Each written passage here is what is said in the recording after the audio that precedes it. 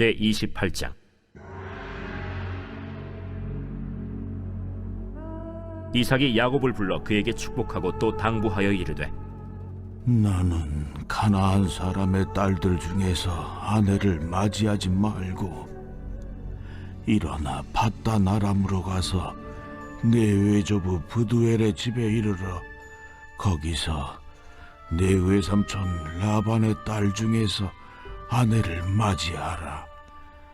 전능하신 하나님이 내게 복을 주시어 네가 생육하고 번성하게 하여 네가 여러 족속을 이루게 하시고 아브라함에게 허락하신 복을 내게 주시되 너와 함께 내 자손에게도 주사 하나님이 아브라함에게 주신 땅 곧 네가 거류하는 땅을 네가 차지하게 하시기를 원하노라.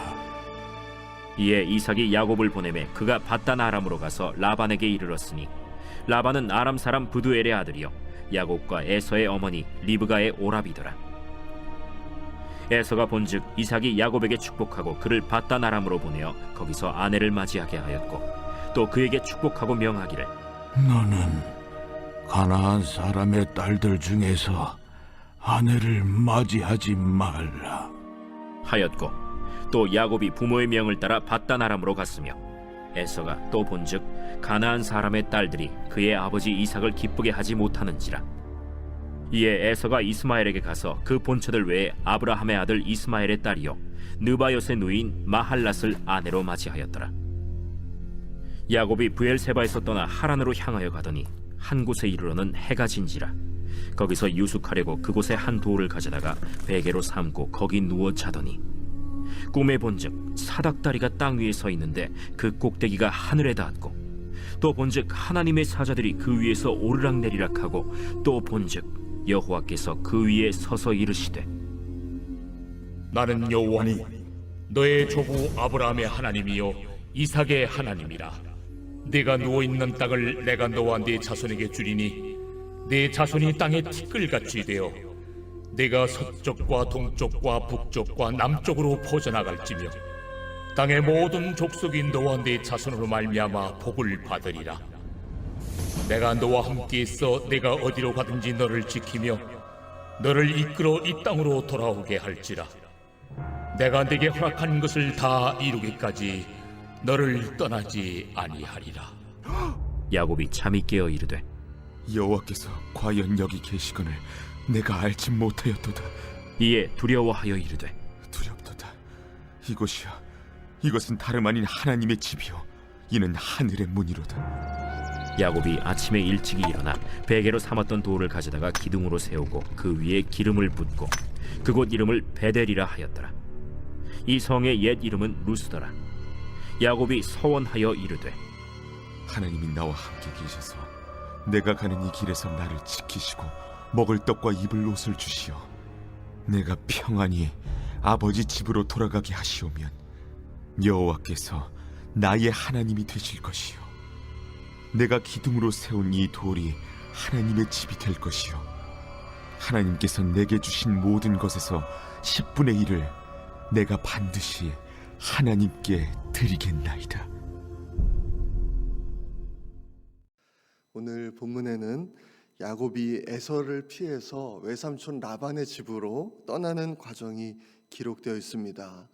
야곱은 어제 본문에서 본 것처럼 아버지 이삭을 속였습니다. 그래서 그 결과로 이제 에서의 분노를 사게 되었고 형의 그 보복에서 벗어나기 위해서 이제 집을 떠나기로 합니다.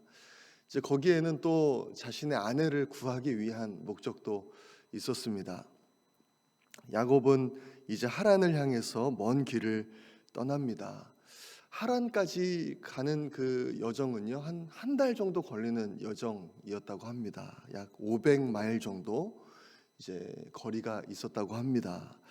그러니까 혼자 그 500마일을 한 달 동안을 간다는 것은 참 위험한 여정이기도 했고 또 아주 고단한 여정이기도 했을 것입니다.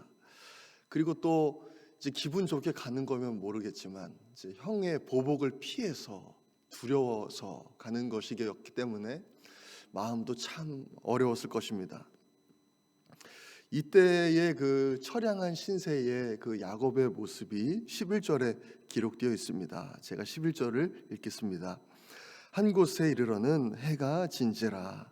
거기서 유숙하려고 그곳에 한 돌을 가져다가 베개로 삼고 거기 누워 자더니, 잠잘 곳이 없어서 이제 돌을 가져다가 베개를 삼고 이제 노숙을 하는 것이죠. 이 야곱의 모습을 한번 생각해 보십시오. 들판을 좋아하던 그 에서와는 달리 야곱은 집에 있는 것을 좋아하는 그런 사람이었는데, 며칠 전까지만 해도 전혀 생각하지도 못했던 지금 길을 가고 있고, 또 지금은 당장 잘 곳이 없어가지고 들판에서 그 돌을 베개 삼아서 노숙을 해야 하는 그 신세가 된 것이죠. 얼마나 불안하고 또 두려웠겠습니까? 자신의 곁에는 이제 아무도 없고 자신을 지켜줄 사람들도 울타리도 아무것도 없습니다. 이제 자신의 몸을 스스로 지켜야 하는 것이죠. 돌베개를 이제 베고 야곱이 누웠는데 잠이 쉽지 않았을 것 같습니다. 여러 가지 생각이 들었을 것 같아요. 내가 왜 지금 여기에 있을까? 내가 한 일이 정말 잘한 일이 맞는가? 앞으로 내가 어떻게 될까? 내가 집으로 과연 다시 돌아올 수 있을까? 막 이런저런 생각을 하면서 잠이 들었을 것 같습니다. 그런데 야곱은 그곳에서 꿈을 꾸게 되죠. 12절 말씀을 보면 꿈을 꿨는데 꿈속에서 사닥다리가 땅 위에 서 있습니다. 그런데 그 꼭대기가 하늘에 닿을 정도로 아주 높은 거예요. 그리고 하나님의 천사들이 그 사다리 위에서 오르락 내리락 막 하고 있습니다. 근데 그 사다리 끝을 보니까 그곳에 누가 계시는가 하면 하나님이 계시는 것이죠. 그리고 하나님께서 이렇게 말씀하십니다. 13절 14절 말씀인데요. 또 본즉 여호와께서 그 위에 서서 이르시되 나는 여호와니 너의 조부 아브라함의 하나님이요 이삭의 하나님이라. 내가 누워있는 땅을 내가 너와 내 자손에게 주리니 내 자손이 땅의 티끌같이 되어 내가 서쪽과 동쪽과 북쪽과 남쪽으로 퍼져나갈지며 땅의 모든 족속이 너와 내 자손으로 말미암아 복을 받으리라.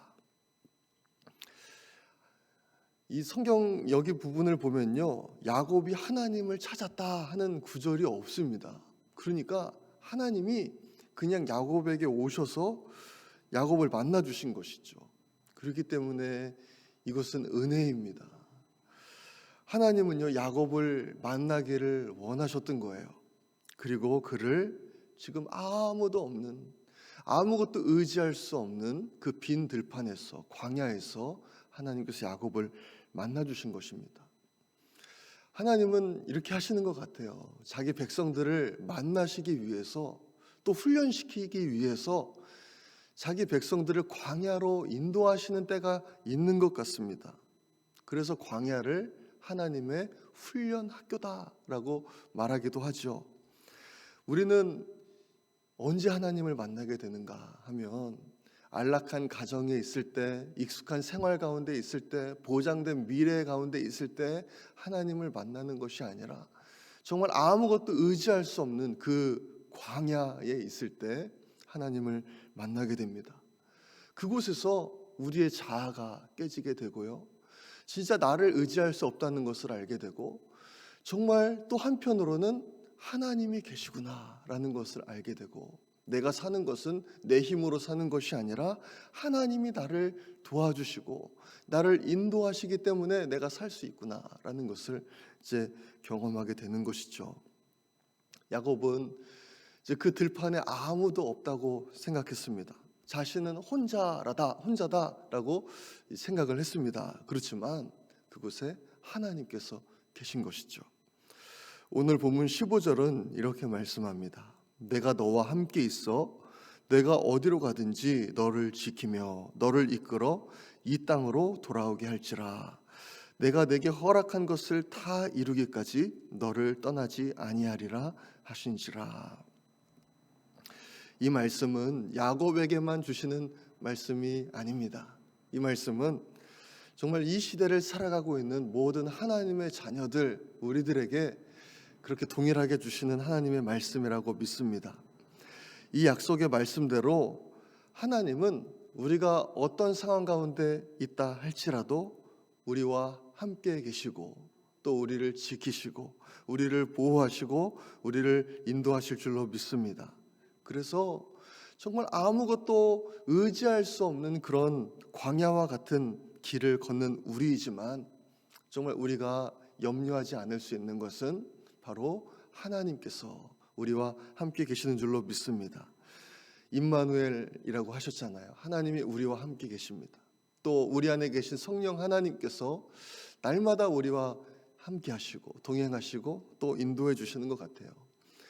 어쩌면 그 야곱의 오늘 이 모습이 하란을 향해서 떠나는 이 모습이 우리의 삶의 모습과는 정말 별반 다르지 않은 것 같습니다. 우리도 앞에 무엇이 놓여 있는지, 당장 오늘 우리에게 어떤 일이 일어날지 잘 모르는 그런 상황 가운데 살아가고 있잖아요. 그렇지만 야곱과 함께 하셨던 그 하나님께서 우리의 삶에도 함께 하신다는 것을 믿으시고 정말 담대하게 우리 살아가신 우리 모든 성도님들 되시기를 소망합니다.